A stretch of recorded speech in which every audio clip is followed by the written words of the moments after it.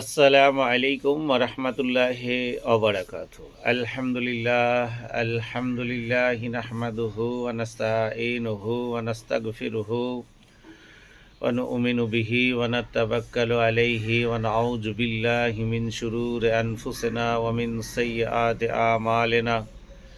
ومن يهده الله فلا هادي له ونشهد أن لا إله إلا الله ونشهد أن محمدا عبده ورسوله أما بعد। প্রিয় সুধী, আপনাদের সামনে হজের বিষয় নিয়ে আলোচনা চলছে। আজকে যে বিষয় নিয়ে কথা বলবো, হজ আপনার ক্ষেত্রে হজের ওয়াজিব যে 6টি বিষয়, সেই 6টি বিষয় নিয়ে আপনার সামনে আলোচনা করব ইনশাআল্লাহ। অনেকে জানেন এবং অনেকে জানেন না। যিনারা জানেন না তিনারা শুনে নেবেন, এবং যারা জানেন তারাও একবার শুনে রিভাইজ দিয়ে নেবেন। প্রথমে হচ্ছে ওয়াজিব। হজের ওয়াজিব 6টি। সেই ওয়াজিবগুলো কি কি? সাফা ও মারওয়া পাহাড়ের মাঝে দৌড়াদৌড়ি করতে হয়, এবং ওখানে একটা জায়গা আছে বাতনুল ওয়াদি নামক 25 গজের মতো জায়গায়। সেখানে খুব খুব স্পিডে দৌড়াতে হয় সাফা ও মারওয়া থেকে শুরু করে। এখানে সাফা ও মারওয়া 7 বার দৌড়াতে হয়। সেটা কার সুন্নাত আপনারা জানেন। হজরতে ইব্রাহিম আলাইহিসসালামের শিশুপুত্র হজরত ইসমাইল আলাইহিসসালামকে আল্লাহর হুকুম মোতাবেকে মা হাজেরা সহ তাকে রেখে এসেছিলেন, এবং সেখান থেকে যে আবে জমজমের পানির কুয়া নির্গিত হয়েছিল সেটা হজরত ইসমাইল আলাইহিসসালামের পায়ের গোড়ালি থেকে। হঠাৎ বালুময় চারিদিকে ধুধু, শুধু বালি আর বালি। সেখানে আল্লাহর অশেষ কৃপায় সেখানে পানির কুয়া নির্মিত হয়েছিল এবং উৎপত্তি হয়েছিল। সেখানেই হচ্ছে সাফা আর মারওয়া পাহাড়। সাফা আর মারওয়া পাহাড়ের একটা ইতিহাস যদি আপনাকে বলি, আপনি বুঝতে পারবেন। মা হাজেরা একদম পাগলিনী হয়ে গেছিল, ছেলেকে একটু পানি খাওয়াবে, ক্ষুধার্তে।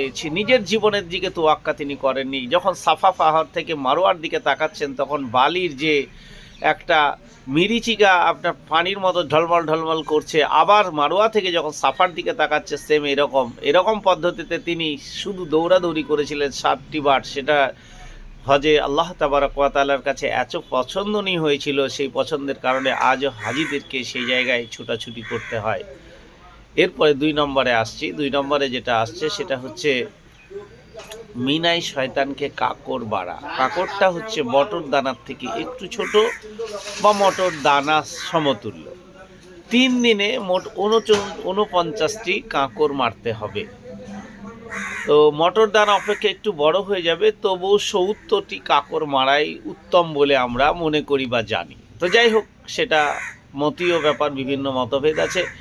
3 নম্বরে হচ্ছে 9ই জিলহজ সন্ধ্যার পর আরাফাত ময়দান থেকে ফেরার পথে মুজদালিফায় রাত অবতরণ করা বা রাত কাটানো আপনাকে কাটাতেই হবে। 4 নম্বর হচ্ছে কাকড় মারা ও কুরবানি করার পর মাথা মুখ মুন্ডন, মানে মাথাকে চুলকে ছেদন করা বা ল্যাড়া করা বলি আমরা যাকে, এবং মেয়েদের চুলের অগ্রভাগে একটু কেটে দেওয়া।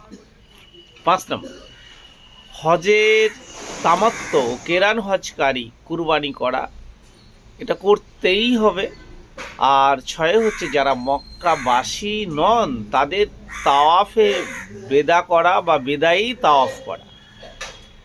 এখানে 6টি ওয়াজিবের ক্ষেত্রে যে কথাগুলো এসেছে, এছাড়া আরও কয়েকটি আছে, সেগুলি হজ্জের কার্যাবলীর মধ্যে আদায় হয়ে যাবে, এবং ওয়াজিবগুলির মধ্যে একটি বাদ দিলে হজ হয়ে যাবে, কিন্তু দম বা দণ্ডনীয় বা জরিপানা টাইপের দিতে হবে। দম অর্থাৎ কাফফারা, যাকে কুরবানি বলা হয়েছে। তো এখানে বিষয়টা অবশ্যই বোঝা উচিত। 9ই জিলহজ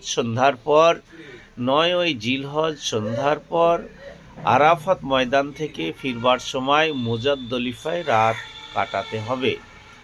কাকড় মারা ও কুরবানি করার পর মাথা মুক্ত করে এবং মহিলাদের মধ্যভাগে চুল অগ্রভাগে একটু কেটে দেওয়া হবে। এটাই একটা অধ্যায়। তো হজের তামাত্তা ও কেরান হজকারী কুরবানি করা, এটা আপনাকে বললাম। এবং সাফা ও মারওয়া পাহাড় 7 বার অবতরণ করতে হয়। সেটা হজরত ইব্রাহিম আলাইহিসসালামের স্ত্রী হজরত হাজেরা আলাইহিসসালাম 7 বার অবতরণ করেছিলেন, একবার সাফা একবার মারোয়া। সেটার দিক থেকেই আল্লাহ তাবারক ওয়া তাআলার অতি প্রিয় হওয়ার কারণে তিনি এটাকে হজের জন্য একটা ধারাবাহিক রূপে রূপান্তরিত করেছেন। একদম কিয়ামত পর্যন্ত এটা চলবে। যাই হোক, আজকে এখানে এই পর্যন্ত। আসসালামু আলাইকুম ওয়া রাহমাতুল্লাহি ওয়া বারাকাতুহু।